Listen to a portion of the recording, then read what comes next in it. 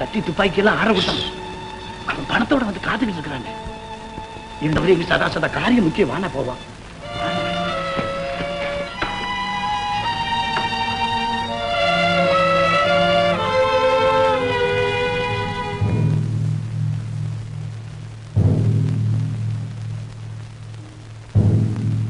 Ready தானே? அதெல்லாம் எப்பவே ready. நீதான் வரல. இருந்ததுக்கு அப்புறம் வண்டியோட வந்து எல்லா சாமான் எடுத்துட்டு போய். சரி, அதெல்லாம் நான் பாத்துக்கிறேன். 7-8 மணிக்கு வந்துடுறாங்க. சரி, நீ புறப்பட்டு பாரு. முனியாண்டி, நம்ம ஆளுங்களுக்கெல்லாம் தெரியாம நீ மாத்திரம் அந்த சாமான்கள்லாம் எடுத்து ஒழுங்கா அனுப்பிச்சிடு. அப்படியே.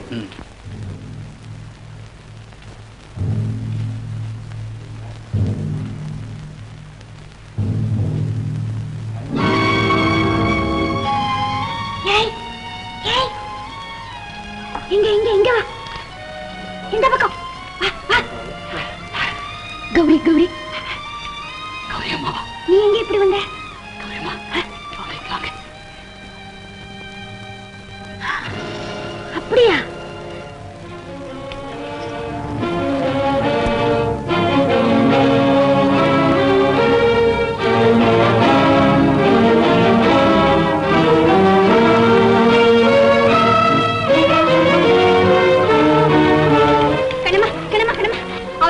போன கொஞ்சம் சைக்கிள் கூட. அட நீ எப்ப கத்துக்கிட்ட? அப்புறம் சொல்றேன். குடி குடி.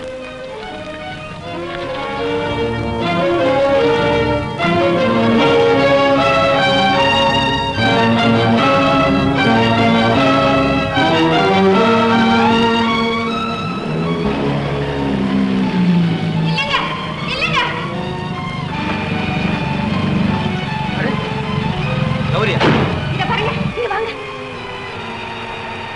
அப்படியா? ஆமா.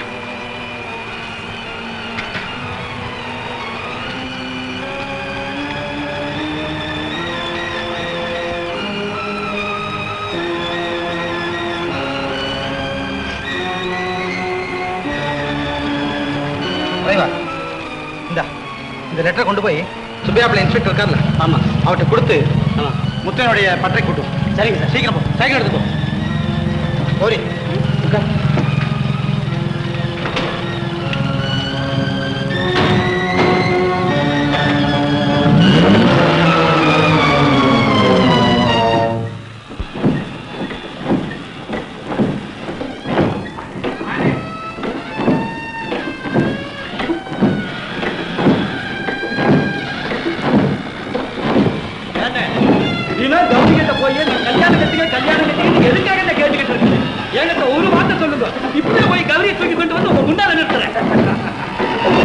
தெரியாது முடியாது. தானா கடிகிற பணத்துக்கு தான் ருச்சி அதிகம். அது இல்லாம நான் கோர்ட்டு தீர்ப்புக்காக நடந்துட்டு இருக்கேன். என்ன ஆச்சு? முனியாண்டி, கொலை செஞ்ச நம்ம 2 பேரும் இங்க சந்தோஷமா இருக்கிறோம். ஆனா அங்க கோர்ட்ல அண்ணன் தம்பிகளுக்குள்ளார அடிச்சிட்டு கிடக்குறாங்க முட்டா பசங்க. எப்படியோ அந்த அம்மா தூக்குல தொங்கத்தான் போறான். நான் கௌரி கழுத்துல தாலி கட்டத்தான் போறேன். நடக்கும். ஆமா முத்தையா, நீங்க 2 பேரும் பேசிக்கிட்டு இருந்தா நான் மறைவில் இருந்து கேட்டேன். நல்ல முறையா சொல்றேன், சிவசாமி கொலை செய்த குற்றத்துக்காக உடனே போலீஸ்ல சரணடைஞ்சு. இல்லைன்னா என்னடா செய்வேன்? நீதியின் கண்ணில் இருந்து என் கையிலிருந்து நீங்க தப்ப முடியாது.